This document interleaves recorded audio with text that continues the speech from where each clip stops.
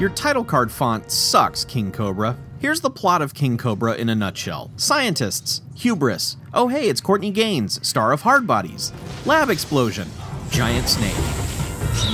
2 years pass and the small town of Fillmore is having an all-important craft beer festival that relies on tourists for the town's survival, but oh no, a giant murderous creature has shown up to threaten it, and wait, I've heard this plot somewhere before. Sounds like the small town is going to need the expertise of its town doctor, but he's on his way to the big city as he wants to, you know, further his career and increase his knowledge and skill set. Everyone hates him for this, including his girlfriend, one of the town's police deputies. Hoyt Axton is the town mayor, and Hoyt Axton does not seem to give a shit about being in King Cobra. Let me get out of your way. Thanks, don't worry, the doctor take care of Mikey. Everything's gonna be all right. Thanks, Mayor. Although, honestly, I think that might be more health-related than anything else. After a couple of injuries and deaths in town, the clues start to pile up that there might be a giant mutant snake on the loose. However, in a sloppy bit of storytelling, one character dreams about the snake without ever knowing what it looks like in reality, and it turns out to be exactly what it ends up looking like. One person with a lot riding on the success of this festival is Eric Estrada playing, well, the most ridiculous gay stereotype possible. You're so cute, as if I really care what hops is. For me, hops. Oh, a bunny rabbit hops. This is not about beer. This is about, I know it sounds funny, it's about image, coolness, prestige. If you're not drinking Fillmore Lager, you're out. Passe, like roller skates, record players, and Rio Niti on ice. You know what I mean? No, what I know about is that this year's brew is the best it's ever been. And everyone's going to know that. Jergy. You're... Whatever. This is how it works. You start with a good product, which you have. Yeah, we use only the finest malt, rice, yeast. Exactly. You're the brewmeister.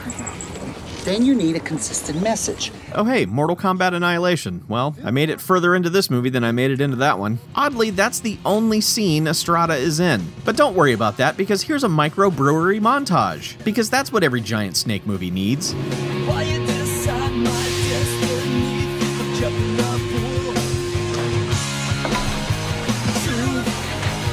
Eventually, you get a decent look at the snake, a practical effect built by the team responsible for the effects in the Critters movies, in a neat little moment. But you can tell there were some huge limitations with this giant prop.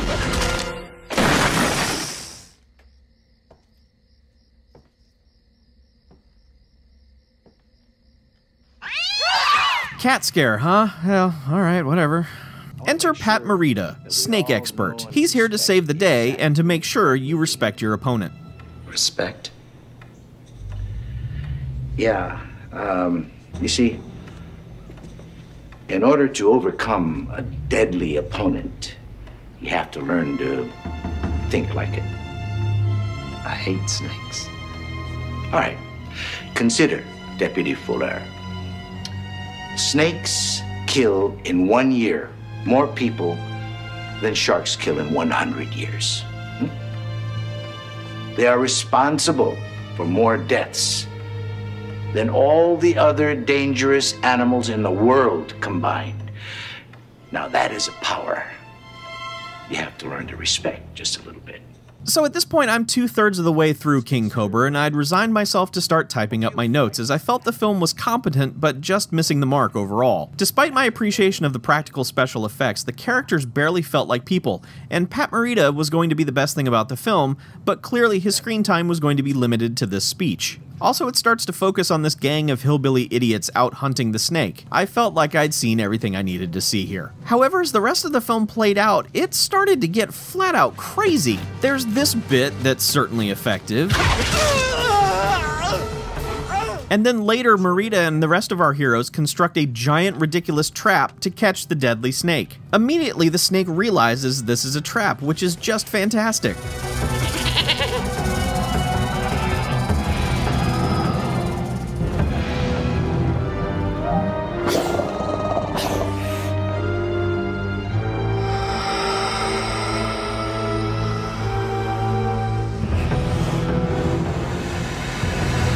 Then, Pat Morita having a face-to-face showdown and then a battle with the snake is pretty good too.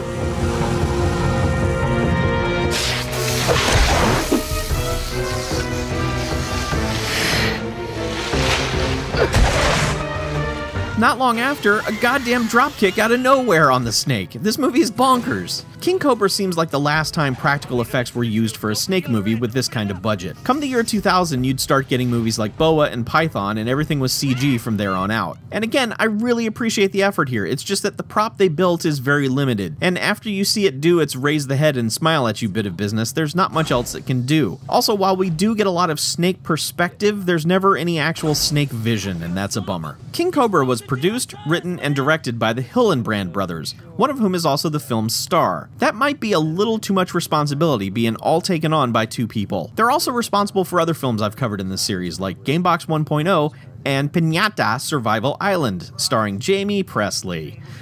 No, stop. No time for this foolishness. I'm almost done here. By the end, I did come around on King Cobra and can recommend it, easily thanks to the third act. But I do have to wonder if anyone even tried to cast Fred Williamson in this thing. It would have been so perfect. If this was a sci-fi movie being made today, I know someone would have at least attempted it. Don't let the smooth taste fool you. King Cobra! Our people are dying, there's no place to run.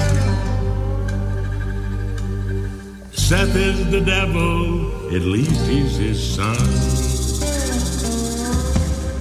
God help us fight him till he's in his grave.